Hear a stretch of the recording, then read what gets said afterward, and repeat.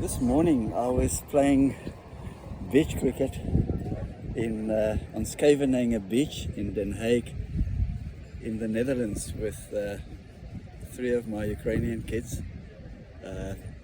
Grandolena, and in 2000 and 2001 I remember I was playing beach cricket on the same beach with a squad of Dutch cricket players and the 15 squad. That year I was national youth coach and development officer of Dutch cricket, and I was based here in Den Haag, and I brought them down to the beach in a little bus, and we had a morning of beach cricket. And today, 25 years later, I played beach cricket on that same beach with three little Ukrainian kids, and it was unbelievable. This morning I understood so much. I think I had to come back here to really understand what I'm busy doing in Ukraine, what I'm trying to achieve, why am I there?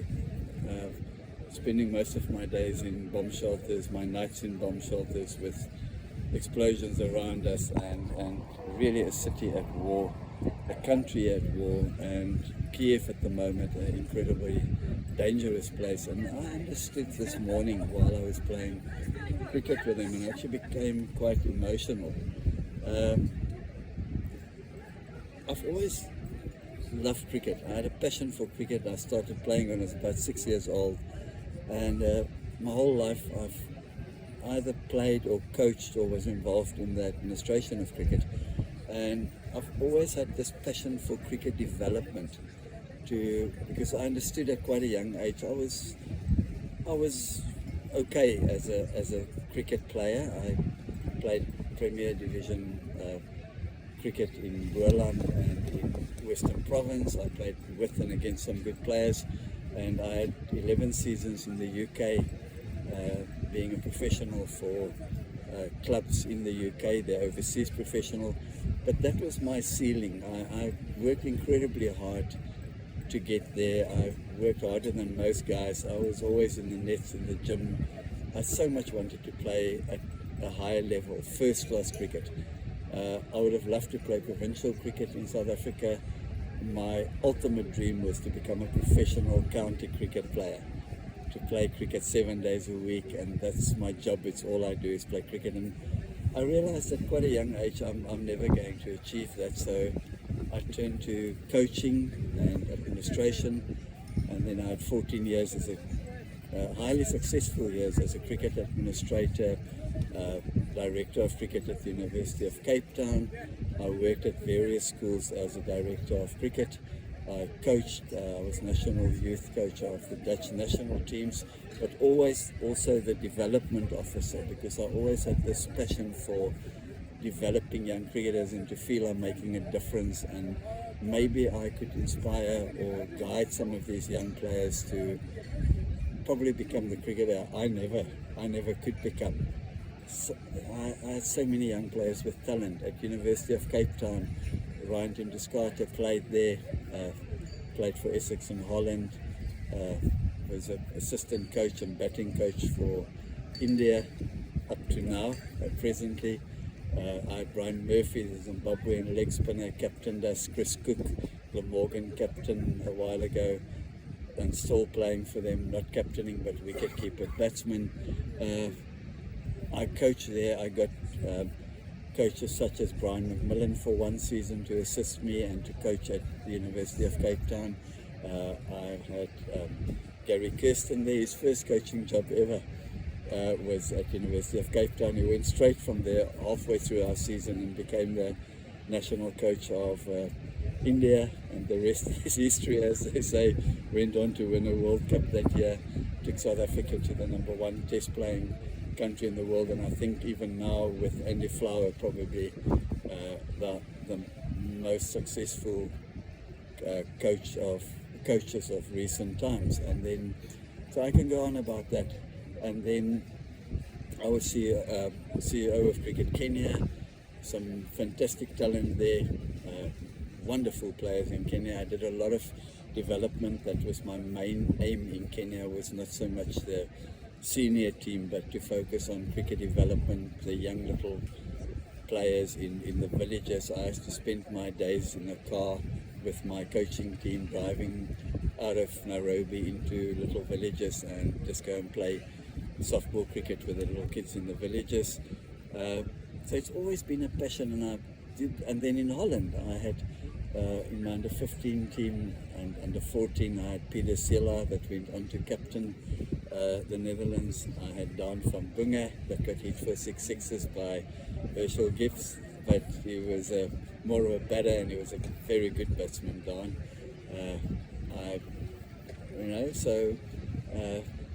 A lot of those kids went on to play for Holland. Alexi Kervisi, I think I pronounced it right, went to become a very successful county player in the UK. But I always felt something was missing, because I always asked myself, as a coach, you coach players and some of them became top players and the coach tend to take credit for that. But I often wonder, do you really think A.B. de Villiers, any coach, made such a big difference, or a Kohli? I mean, a lot of these guys are just naturally talented. They've got that talent that I never had. And I think either way, good coach or bad coach, they would have become top players. And then, so I always felt questioning myself if I'm really making a difference, if I'm really developing young cricketers. I do know I've had an influence on some of them, and I like to believe they told me that I played a role in their cricket development, but it was never really enough for me. I've always wanted to be the A.B. de Villiers or a Virat Kohli, which I could never be because I didn't have the talent, but I wanted to be that, do something in cricket that would stand out and in my own way put me at the top of what I'm doing, where I could be a Virat Kohli or a A.B. de Villiers of cricket development, of developing young players, making a difference to young players, which would make me a bit unique from other coaches, where in my own way I could put myself next to a Gary Kirsten as a coach, or Andy Flower, which again I never ever reach anything near what they've achieved, but I always thought there would be a way that I can find a way to do something that would make me stand out, and in my own way make me a bit unique and leave a bit of a legacy in cricket, because I love the game so much. It's been my life. And this morning on the beach I understood that I actually did find that, and I am doing it every day for the past 2 years. What I'm doing in Ukraine with Olena, it is unique. To work with these little kids in the middle of a war, while Kiev is under constant bombardment. Every night now there's either drones or missiles, ballistic missiles, explosions, kids are in shelters. It is traumatic. And to still get them to come and play cricket, and when they play cricket they forget about, you can see it on their faces when they play we play cricket in a sports hall that's converted into a bomb shelter, and we play all our cricket sessions there. At the moment in Kiev we can't play outside at all, it's too dangerous. If we're outside on the sports field and out in the open there's a missile attack, sometimes we don't get any warnings. The missiles are now so advanced that the radio systems can't pick them up, so you first hear the explosion and then the air raid alarm goes off. If you're out with kids on the field and a missile lands there, we're all gone. So we do, even on beautiful days in summer, we do all our cricket sessions indoors in that sports hall that, as I say, is converted in a bomb shelter. And at night, most nights all of us are in shelters, and every kid has a story to tell. A close relative, a father, a brother that's been mobilized and that's been sent to the front, that's not coming back. They've lost a parent or a close relative or a friend or a neighbor. They've had a missile attack where one of the missiles hit something very close to their apartment, or apartments near them where they see the damage and where their windows got shattered during the attack.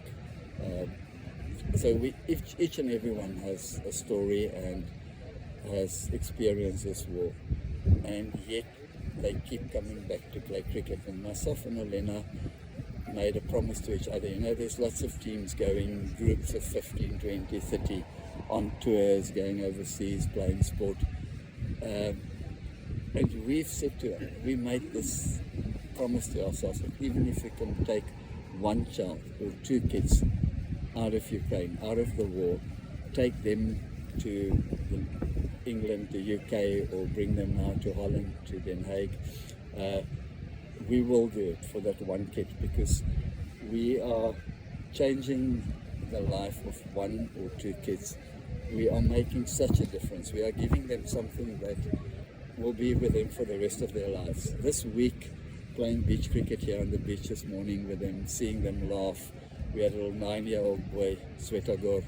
We had a girl of 14 from Dnipro, that's very close to the Russian, or closer to the Russian border, been under attack basically every day. And a boy of 17 that had a missile exploded 300 meters from his house about a month ago. All the windows and doors in his apartment were blown out. And I watched him this morning playing cricket on the beach with Olena, and I understood what this is really all about. These 3 kids this morning, we can take 15 kids from any country in the world with a lot of talent on these tours, do unbelievable high-level, high-performance coaching with the best coaches, and some of them could go on to play international cricket, first-class cricket, and we can say, well, look, we've developed this fantastic cricketer. Look at our young kid that we coach is now playing on television for his country or first-class cricket. We're not going to be able to say that for a very long time in Ukraine. But what we can say is young little Svetogor, through cricket, he has found a way to, I'm never going to say forget about the war, but to find some hope, to be able to play cricket on a beach here in Scheveningen. It's and then you close your eyes and remember where we were 4 days ago in Kiev. 6 nights ago, we had one of the worst missile attacks since the war started, the worst one. 40 ballistic missiles hitting Kiev in 41 minutes. Now, I mean, that's where, and we were all in shelters hearing these 40 huge explosions, and 6 days later, little Svetogor is hitting a cricket ball, running after the ball on the beach in Scheveningen. I didn't quite know how to explain it, but I understood at that moment that each and every kid that we've brought on these trips, we've had 4 to the UK, Shipley College, rugby school, now we've got 3 here in Scheveningen. We're coming back at the end of August to the first ever, we've been invited to a cricket camp that is part of the first ever European T20 Premier League. Our kids are going to be meeting, those 4 kids will meet Steve Waugh, Faf du Plessis, John T. Rhodes, Heinrich Klaassen, some other famous players from all over the world. And if someone had told me that a couple of months ago, it's not possible, it's impossible. We're in Kiev, we're in a war, there is no hope. In Kiev at the moment, there's no fun, there's no hope. It's terrible. And here we are.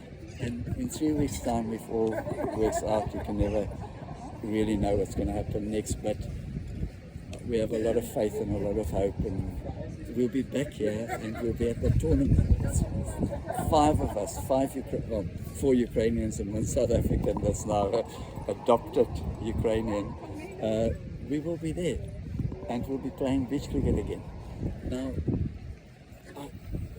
to me, that is a legacy that we are leaving behind. That is something that we're doing that very few people probably could have done.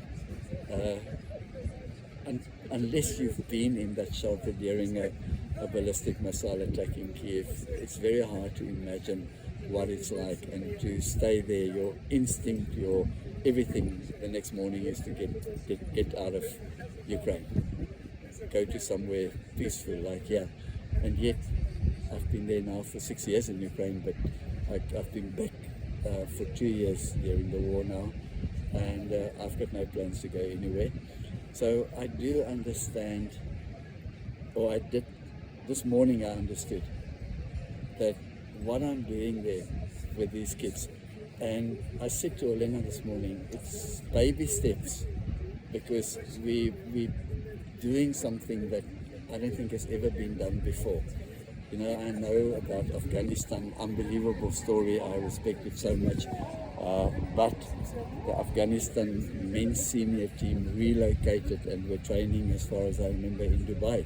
They were based there, played their home games there, and they were adults. We're working with kids 9 years old, 14 years old, 16 years old, that children, that's not, we don't take them somewhere and go and live there and relocate our program to, say, Poland or Hungary or the UK. We are staying in Kiev in the middle of the war, and we are doing what we're doing, playing cricket with them every day in Kiev. And we've already, I counted the other day, I think it's altogether about 14 kids now that's been on our tours. 14 children that, I mean, that's a hell of a lot if you think about it. 14 kids, baby steps. Sometimes we only had 4, now we have 3. First trip to rugby we had 8. But it all counts up, and each and every one of those 14 kids has, that's a squad. It's a squad that could have been in, say, in Australia or South Africa or India. That would be a squad that goes, that you train and develop and see them develop as top cricketers. Maybe 5 in that squad would go on to play first class cricket. So we've trained a squad. Realistically, not one of them is probably ever going to play professional cricket or first class cricket or go to the Olympics, but cricket has given them something more than just going to Olympics or playing at Lord's. It's given them hope in the middle of this horrible, terrible war. Cricket has given them sort of a way out of the war, escape. They go and play cricket, they come here for 3, 4, 5, 6 days and escape the war. And I think if you ask any one of these kids, would you rather have a match on television with a full house packed at Lord's, or would you rather have just 5 days playing beach cricket in Scheveningen? They would all choose the beach in Scheveningen, because the contrast between Kiev in most of the time now, day and night, there's this thick black cloud, and you smell it's a chemical smell of things burning. Wherever you go in Kiev, you have to close your windows in Kiev now, because it's terrible. It's this black thick cloud of smoke hanging over the city after a night attack. We sit today in Scheveningen this morning, they were all talking about it, the fresh air, the clear skies. So I do believe this is really something very special, and this is myself and Elena's legacy to the game. And I do feel what I never ever achieved as a CEO of some cricket club, some cricket nation, or as a overseas professional in England. I do feel what I'm doing at the moment and for the past 2 years, it is unique, and it is my legacy to this game that I love so much and I'm so passionate about. And I do know that I'm making, even if it's just to these 3 kids today, what a difference I've made to their lives. And I saw their faces this morning, compared to their faces 5 days ago, the night after that attack. We had a training session in the afternoon at the school, and I saw their faces, and I see them now. It's a bit of a long message, but I'm happy I made this recording.